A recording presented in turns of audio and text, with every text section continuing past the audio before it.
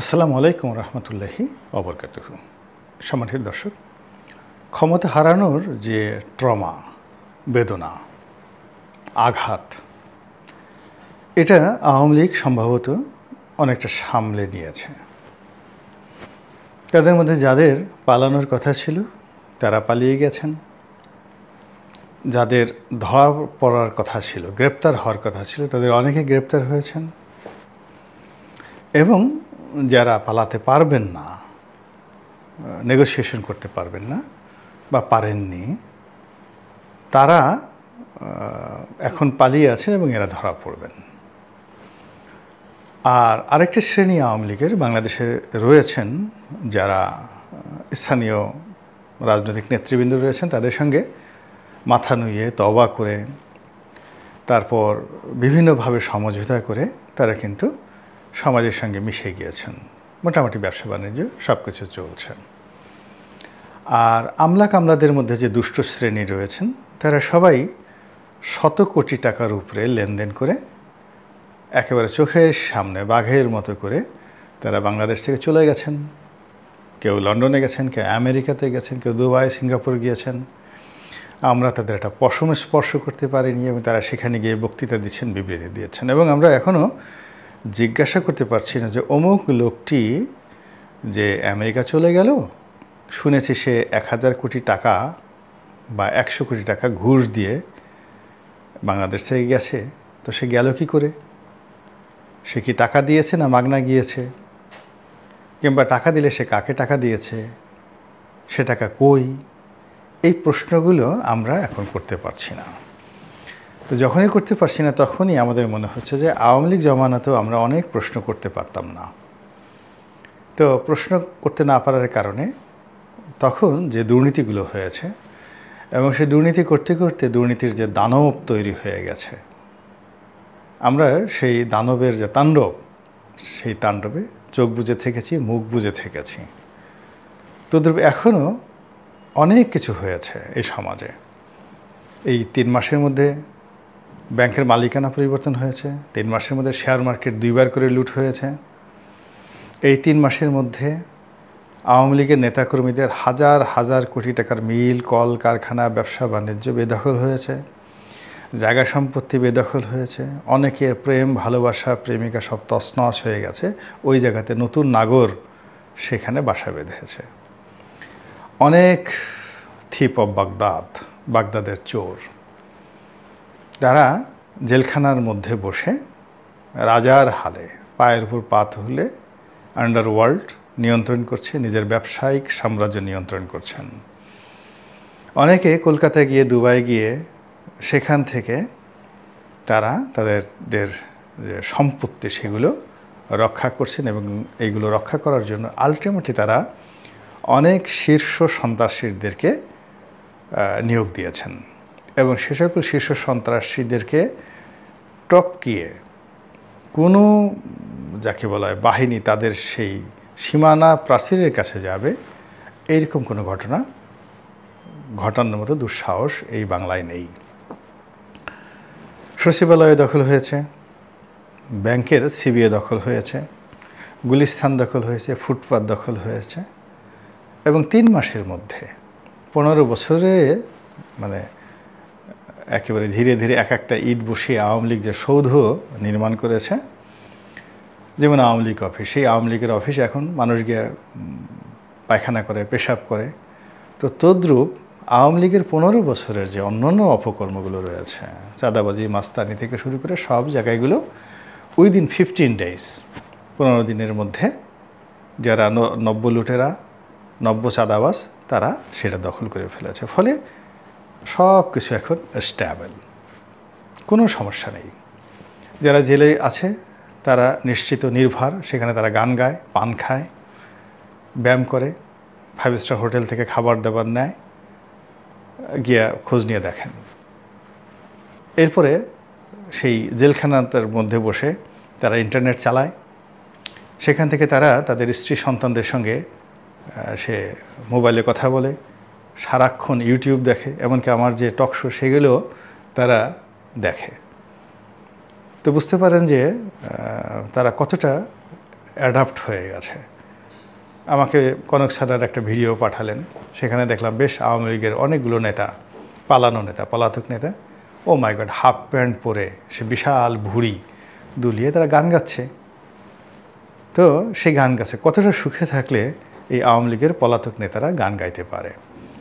তো যাই হোক, এখন এই যে আওয়ামী লীগ যখন এরকম একটা স্ট্যাবল অবস্থায় এসেছে, তখন তাদের মধ্যে কিন্তু অনুশোচনা আসছে। মানুষ যখন খুব ক্রোধের মধ্যে থাকে, বিপদের মধ্যে থাকে, অস্থিরতার মধ্যে থাকে, তখন সে এত কিছু চিন্তা করে না, শুধুমাত্র নিজের জীবন বাঁচানোর কথা চিন্তা করে। এখন যেহেতু একটা স্ট্যাবল অবস্থার মধ্যে পৌঁছে গেছে, শেখ হাসিনা বুঝে গেছে তাকে কতদিন দিল্লি থাকতে হবে, জয় বুঝে গেছেন, রেহানা আপা বুঝে গেছেন, তারপরে টিউলিপ, জয়, রূপন্তী থেকে শুরু করে যারা শেখ পরিবারের সদস্য, শেখ হেলাল, শেখ সেলিম থেকে শুরু করে তার সন্তানেরা সবাই বুঝে গেছেন যে তাদেরকে কিভাবে চলতে হবে।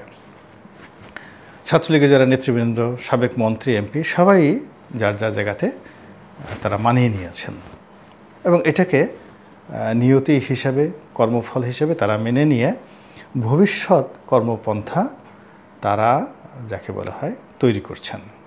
তো এর মধ্যে যেটি সবচেয়ে উল্লেখযোগ্য সেটি হলো অনেক আওয়ামী লীগের শীর্ষ নেতা, ছাত্রলীগের সাবেক শীর্ষ নেতা, অনেক মন্ত্রী এবং এমপি, অফকোর্স তারা তুলনামূলকভাবে পজিটিভ।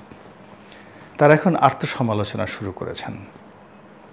কেন আওয়ামী লীগের পতন হলো, কেন নৌকার পতন হলো, কেন শেখ হাসিনাকে পালিয়ে যেতে হলো, কেন এই আওয়ামী লীগের দুর্ভোগ এবং দুর্দশা হলো, এবং আমরা বাইরে থেকে গালাগালি করে যাদেরকে যে কথাগুলো শোনানোর চেষ্টা করছি, দুর্নীতিবাজদেরকে, তো ওদের বিভিন্ন সামাজিক মাধ্যম, বিভিন্ন কথা, বিভিন্ন ইন্টারভিউতে এই যে আত্মসমালোচনা আওয়ামী লীগের মধ্যে চলে আসছে, এটি আওয়ামী লীগের জন্য নিঃসন্দেহে ঘুরে দাঁড়ানোর ক্ষেত্রে একটা নতুন মাইল ফলক। আর অন্যদিকে যেটি হচ্ছে সেটি হলো আওয়ামী লীগের যারা প্রতিপক্ষ, তাদের জন্য এটা খুবই হতাশাজনক, ভয়ঙ্কর। এর কারণ হলো এই যে যারা সমালোচনা করছেন, দুনিয়ার একটা নিয়ম হলো যে আপনি বিপদের সময় যারে উপকার করবেন, সেই লোকটি যদি কখনো সুসময় তার জীবন আসে, সে প্রথমে আপনাকে অ্যাভয়েড করবে। আওয়ামী লীগ, বিএনপি, জামাত, সব দলগুলোই এদেরা বিপদে যখনই পড়েছে তখন অনেকের কাছে গিয়েছে, অনেকে সহযোগিতা নিয়েছে সব ব্যাপারে, কিন্তু যখনই তাদের জীবনের সুসময় এসেছে তখনই তারা প্রথম যে কাজ করছে, তাদের যারা উপকার করেছে তাদেরকে দূরে ঠেলে রেখেছে। দ্বিতীয়ত, কেউ যদি খোঁটা দেওয়ার জন্য সামনে এগিয়ে এসে বলার চেষ্টা করেছে আমি তো তোমাদেরকে এই উপকার করেছি, তখন তার কণ্ঠরোধ করেছে এবং ক্ষেত্র বিশেষে তাদের বাস ঢুকিয়ে দিয়েছে, সর্বনাশ করে দিয়েছে। এটা হলো দুনিয়ার নিয়ম। তো সেই ক্ষেত্রে এখন আওয়ামী লীগের যেই লোকগুলো, যাকে বলা হয় আওয়ামী লীগের, আত্মসমালোচনা করছেন এবং এদের কারণেই হয়তো আওয়ামী লীগ রিভাইভ হবে, ভালো পর্যায়ে আসবে, রাজনীতি করবে। কিন্তু আওয়ামী লীগ যদি আবার কোনো কারণে ক্ষমতায় আসে, কোনো সময় ক্ষমতায় আসে, দুর্ভাগ্যজনক হলো সত্যি যে এই লোকগুলো যারা এই কাজগুলো করছে তারা ক্ষমতার মধুমেওয়া খেতে পারবে না। ওই যে যারা গান গাচ্ছে, অপকর্ম করে গেছে, আবার তারা সেখানে এসে সেই লুটেরা শ্রেণী এসে ক্ষমতা দখল করে বসবে এবং তারাই এসে তাদের প্রতিপক্ষ, সেটা বিএনপি হোক, জামাত হোক, সমন্বয় হোক, তাদেরকে কড়ায় গণ্ডায় সেই প্রতিশোধ তারা নেবে। এবং এই সময়টাতে দেখেন, এই 3 মাসে যদি দেখেন, বিএনপির যে সকল নেতাকর্মীর প্রচণ্ড আত্মত্যাগ ছিল, প্রচণ্ড কষ্ট করেছেন, নিঃশেষ হয়ে গেছেন সব কিছু দিয়ে, এদের কয়জন চাঁদাবাজির সাথে জড়িত বলেন তো?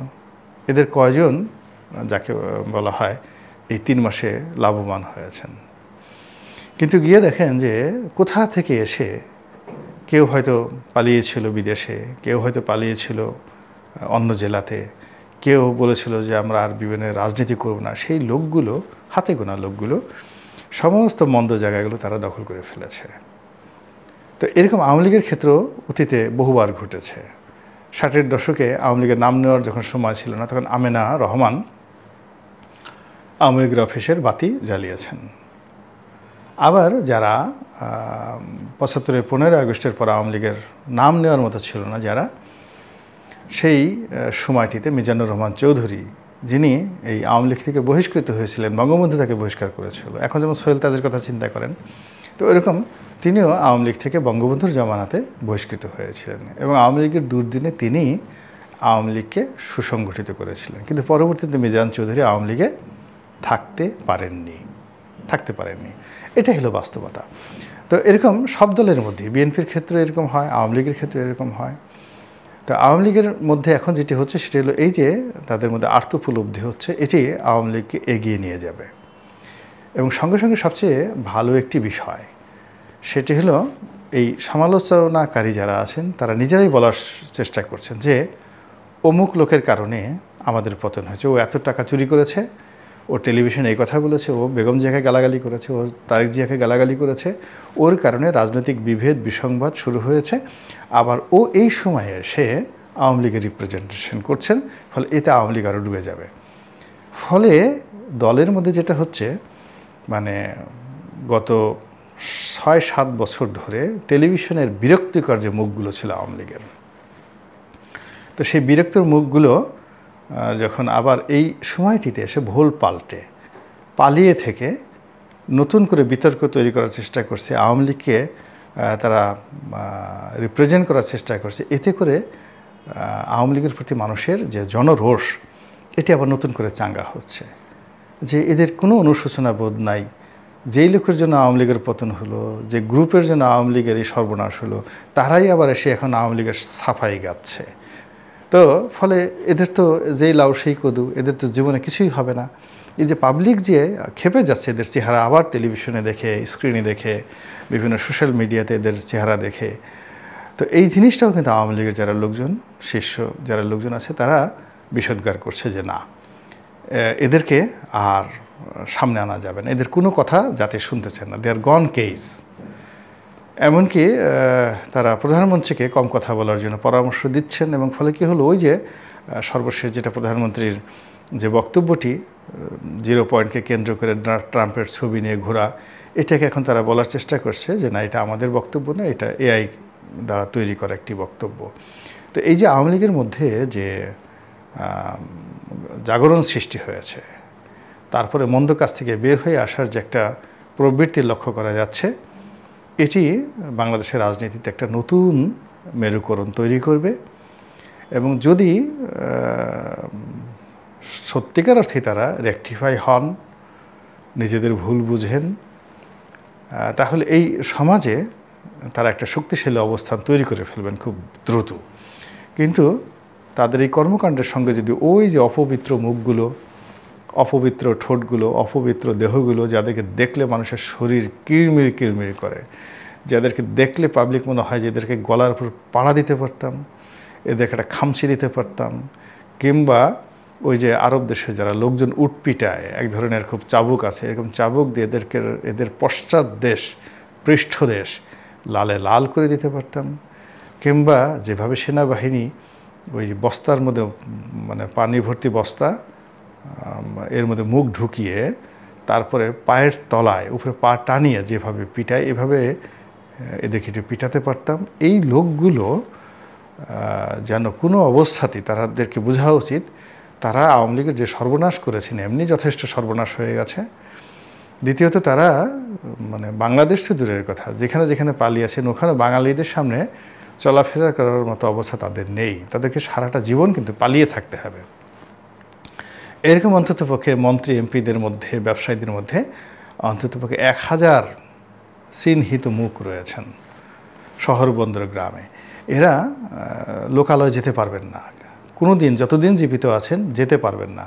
তো আপনি লোকালয়ে যেতে পারছেন না, পাবলিক ফাংশনে যেতে পারছেন না, আপনি নিউ ইয়র্কে থাকেন, দিল্লিতে থাকেন, দিল্লিতে থাকেন, কলকাতায় থাকেন, তো সেখানে আপনি লোক সমাজে যেতে পারছেন না, বাংলাদেশে আসতে পারছেন না। তাহলে আপনার এই পবিত্র মুখ আর পবিত্র কণ্ঠ দিয়ে আপনি কেন আওয়ামী লীগকে আবার নতুন করে দুর্গন্ধ যুক্ত করছেন এবং মাঝে মধ্যে টেলিভিশনে এসে এই আওয়ামী লীগের সর্বনাশ ঘটাচ্ছেন? এই বিষয়টা আওয়ামী লীগের যারা ত্যাগী নেতাকর্মী তারা কিন্তু সহজভাবে নিচ্ছে না। It's a good sign. রাজনীতি পরিবর্তনশীল একটা বিষয়, এখানে পরিবর্তন হাওয়া সবসময় বইতে থাকে, আর সেই হাওয়ায় কারা পাল তুলতে পারে সেটি দেখার বিষয়। আল্লাহ আমাদের সবাইকে হেদায়েত দান করুন এবং হেফাজত করুন। আসসালামু আলাইকুম ওয়া রাহমাতুল্লাহি ওয়া বারাকাতুহু।